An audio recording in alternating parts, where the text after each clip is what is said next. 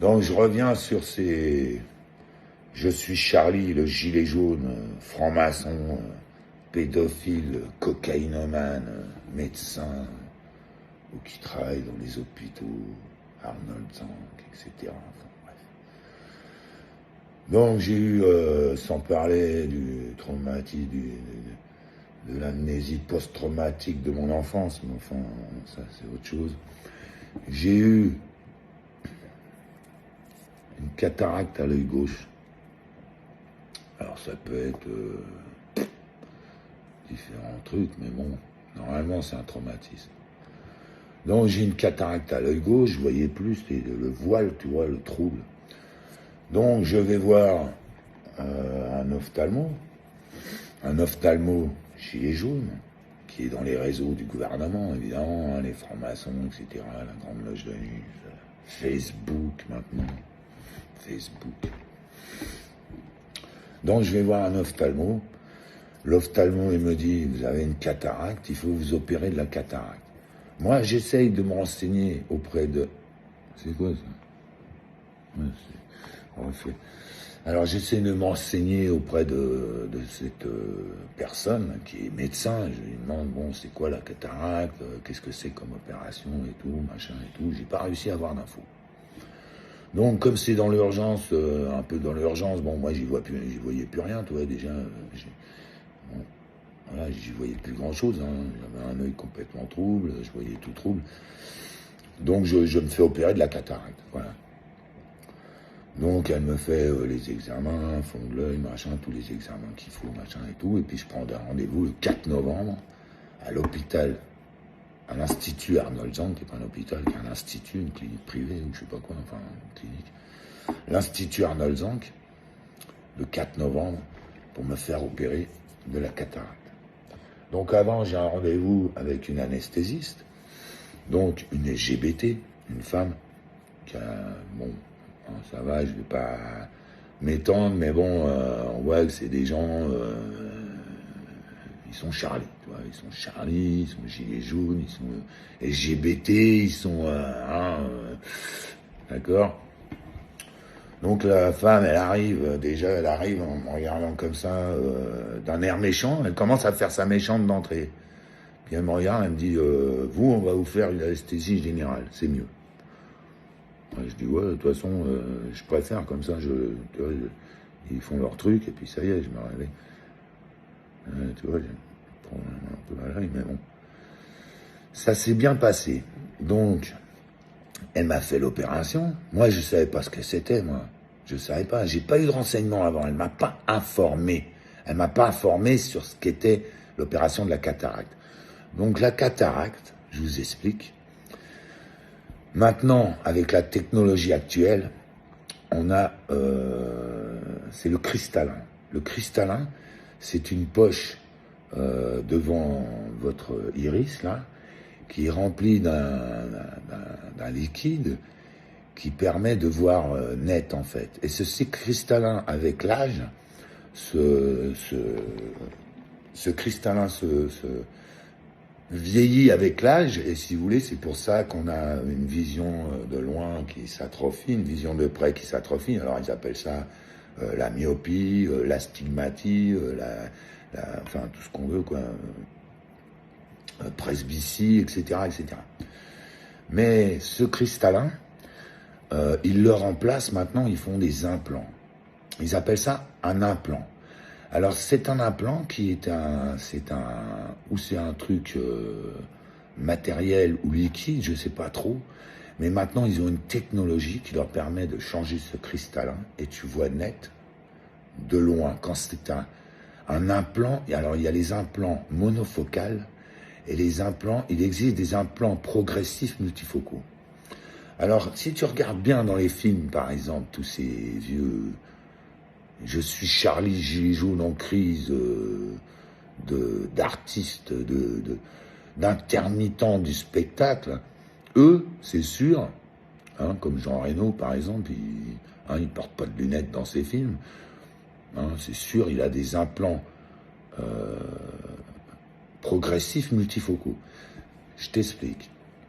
un implant progressif multifocaux, 2 implants progressifs multifocaux, tu n'as plus besoin de lunettes. Voilà. Donc s'ils veulent, ils te mettent des implants progressifs multifocaux et tu n'as plus besoin de lunettes. Elle, qu'est-ce qu'elle m'a mis? Un implant monofocal. Et je m'en suis rendu compte après, puisque j'avais, si je fais ça et que je ferme de l'œil de loin, mais apparemment c'est en train de s'abîmer parce que bon, donc de près je vois toujours trou. Monofocal, c'est ça. Et la vision de loin est récupérée. Donc je vois net de loin de l'œil gauche. Je vois toujours flou, enfin, j'ai toujours mon problème de vue de l'œil droit.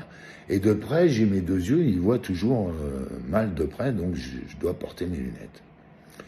Alors que si elle m'avait informé, puisque je suis pas un gilet jaune, je suis Charlie en faillite, en crise, comme toi, frangin de merde. Hein, bon, passons. Donc, j'ai de l'argent, tu vois. Elle m'aurait dit, écoutez, on a les implants monofocaux et les implants progressifs multifocaux. Vous voulez quoi? Voilà, l'implant monofocal, c'est 200 € déjà l'opération que j'ai payé en supplément, plus 100 € d'anesthésie. Donc ça m'a coûté 300 € pour mettre un implant monofocal. Si elle m'avait informé qu'il y avait des implants progressifs multifocaux, puisque c'est la même opération, hein, sauf que c'est l'implant qui diffère, c'est tout. Donc elle aurait pu me le faire. Si elle m'avait informé du prix, j'aurais payé le prix pour avoir un implant progressif multifocal et terminé, j'avais plus de lunettes. Je remettais mes lunettes de soleil comme il y a quelques années, tranquille, et la belle vie, quoi. Hein, la belle vie Machu Picchu, la belle vie. La belle vie Machu Picchu. Hein, qui a mis la photo de la villa du Cap d'Antibes sur les réseaux sociaux. Hein, t'es frappadingue, pas.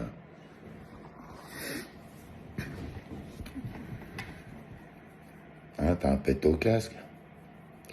Donc, implant progressif multifocaux. Donc voilà, tu te fais enculer. Tu te fais enculer par des gens qui font ça pour faire marcher le business. Puisque qu'est-ce qu'elle m'a dit ensuite quand l'opération était terminée? Je l'ai vue 2-3 jours après pour prendre rendez-vous avec elle et voir si ça allait. Donc elle m'a dit, revenez dans un mois. Dans un mois. Normalement, c'est un délai parce que je me suis renseigné sur Google, hein, j'ai fait des recherches et tout, c'est 15 jours. 15 jours, tu fais l'opération de l'autre œil. Comme ça, c'est terminé, le mec, il a pu à refaire. Non, elle te dit, revenez dans un mois, je vous fais une ordonnance de lunettes. Pourquoi? Parce que c'est des collabos. Je suis Charlie, gilet jaune de cette communauté de pourriture franc-maçon que sont les opticiens, les ophtalmos, les médecins, les machins, les trucs dans les hôpitaux. Donc là, j'ai rendez-vous la semaine prochaine, ça fait 1 mois, et elle veut me faire une ordonnance de lunettes. Donc le verre-là changera pas, et celui-là changera juste pour la vision de loin. Et il faut que je paye encore 400 € le verre pour me refaire un verre. S'ils refont pas les deux, ou les lunettes, enfin bref. Hein. Ça va encore me coûter 400 €, hein, un verre, 400 €, c'est le prix qu'ils te font payer, alors que ça vaut plus rien maintenant, ça vaut 100 €. Voilà. Tout ça pour une communauté de tarés, de ploucs, de dégénérés, de drogués, parce que c'est des drogués qui pensent qu'aller faire la teuf comme la fille de cette merde à côté, qui va faire la teuf le week-end et se défoncer avec tous ces petits connards dans les free parties, alors que son père, il a même pas de quoi acheter à manger, ses cigarettes et son café. Et il rentre chez moi avec des petits arabes toxicos, de pisseux, fumeurs de crack, volés, mais consommables. Vous êtes des merdes, mais de la pire espèce. De la pire espèce. Donc les médecins, tu vois, tu crois que c'est un médecin, ça? Bon, c'est un médecin. Mais elle fait ça pour faire marcher le commerce, hein, son commerce à elle et le commerce des gilets jaunes. Et elle veut que j'attende la cataracte de l'œil droit pour, après, refaire une opération qui me coûtera 300 € et refaire des verres de lunettes qui me coûteront 400 €. Le verre, Normalement, il n'y en a qu'un à changer, mais bon. Vous êtes des ordures sur la Côte d'Azur. Vraiment, vous me dégoûtez. Vous me dégoûtez. Vous êtes médecin. Et t'es médecin. T'es là pour soigner les gens, pour leur bien-être. Ou t'es là pour toi, pour faire ton business et ton pognon sur notre cul. On est quoi? Des chèvres? Des moutons? Vous êtes des pourritures, les francs-maçons de la Grande Loge de Nice. Et au Luxembourg, c'est pareil. Il y a les 3 grandes loges maçonniques. Vous êtes des pourritures. Des pourritures, les médecins. D'ailleurs, j'ai eu affaire à un médecin au Luxembourg, au rez-de-chaussée, dans l'immeuble de mon père, où je me suis fait torturer par onde électronique par en dessous, par une petite salope de japonais, employé de banque comme toi. Petite salope. Avec sa femme qui voulait se faire engrosser, je sais pas quoi. Elle m'envoyait des ondes électroniques, puis quand je descendais la voir, c'était sa femme, elle était toute seule dans l'appart. Elle travaillait dans l'électronique, justement. Et puis, elle était comme ça. Elle voulait que je rentre, et je l'engrosse, je sais pas, des tarés, vraiment. Les LGBT, vous êtes des tarés, en fait. Vous êtes des gros tarés. Ça n'existe pas, LGBT. Vous êtes des tarés détraqués sexuels. C'est ce qui me harcèle dans mon salon avec Molotov. Donc, ces gens, ils me regardent chez moi, puis en même temps, ils me harcèlent avec ces enculés. Ou avec ces banquiers, ces employés de banque. Ou avec les flics, même. Il m'a harcelé avec les flics. Il m'a même menacé de me faire tabasser et tout, ce fils de pute à côté, là. Cette espèce de nabo puant congénital de votre communauté, là. Avec sa fille qui va se défoncer, là, dans les free parties. Elle a une voiture, putain, la voiture, tu sais que c'est une toxico, là, des bosses de partout, la voiture.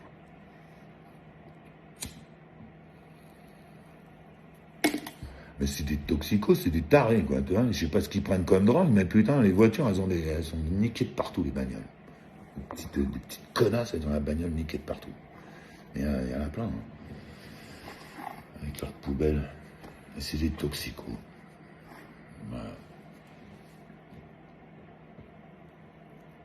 C'est pas parce qu'on a touché la drogue, hein, qu'il faut s'en servir 40 ans après, espèce de merde de dégénéré de connard. Vous êtes vraiment des merdes, hein. Ah, vous êtes vraiment des merdes, hein, Dieudonné, sors, là, avec ta sécurité, là, hein. Des merdes de la cocaïne, là, ces enculés, là, qui marchent à 4-5 dans leur gros 4x4, qui viennent harceler pour que l'autre vienne voler, même des graines, il vient voler, même des graines. Des merdes, des merdes, Nicolas Blou, comme ta mère. Des merdes.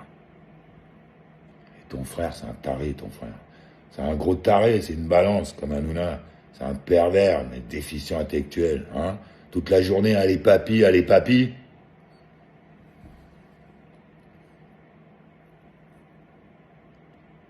Et vous, les dealers de merde de ce pays d'enculés, vous êtes des racleurs de chiottes. Ouais. Et absence de concours. Concours de quoi? Tu crois que j'ai bouffé ta pisse, espèce d'enculé, pendant des mois. Et si j'ai tout nettoyé, j'ai mis 1 an. 1 an à nettoyer la maison, qui avait de la pisse partout. Les pseudo-menaces dans le sous-sol. Ma mère, elle a des infirmières. Elle est en train de mourir. Elle a des infirmières matin et soir pour soigner son pseudo-menace. Le pseudo-menace, un médecin de merde qui s'attrape dans des maisons où t'as balancé de la flotte pendant 10 ans avec ton agent immobilier, Expo Sud et ces merdes du 95. Hein, des gros toxicos, je suis Charlie Gilet Jaune que j'ai pris en flaque de vent, qui m'ont dit « Ouais, on a réglé le problème. Le portail était grand ouvert cet été, l'eau coulait à foise, à torrent de cette merde et venait dans mon jardin. Donc tous mes arbres, ils sont crevés, l'escalier, il a pété, le mur a pété d'enceinte, le mur mitoyen avec le voisin, le mur d'enceinte, et le chantier au-dessus, c'est pareil, il a envoyé de la flotte. À torrent, il a envoyé de la flotte, il m'a pété le contour de la piscine, les terrasses, les machins, comme la vidéo que j'ai mis. Vous êtes des ordures finies, Macron. T'es une ordure, Macron. Une ordure. Toi et ta clique de pédales scatophiles de la cocaïne.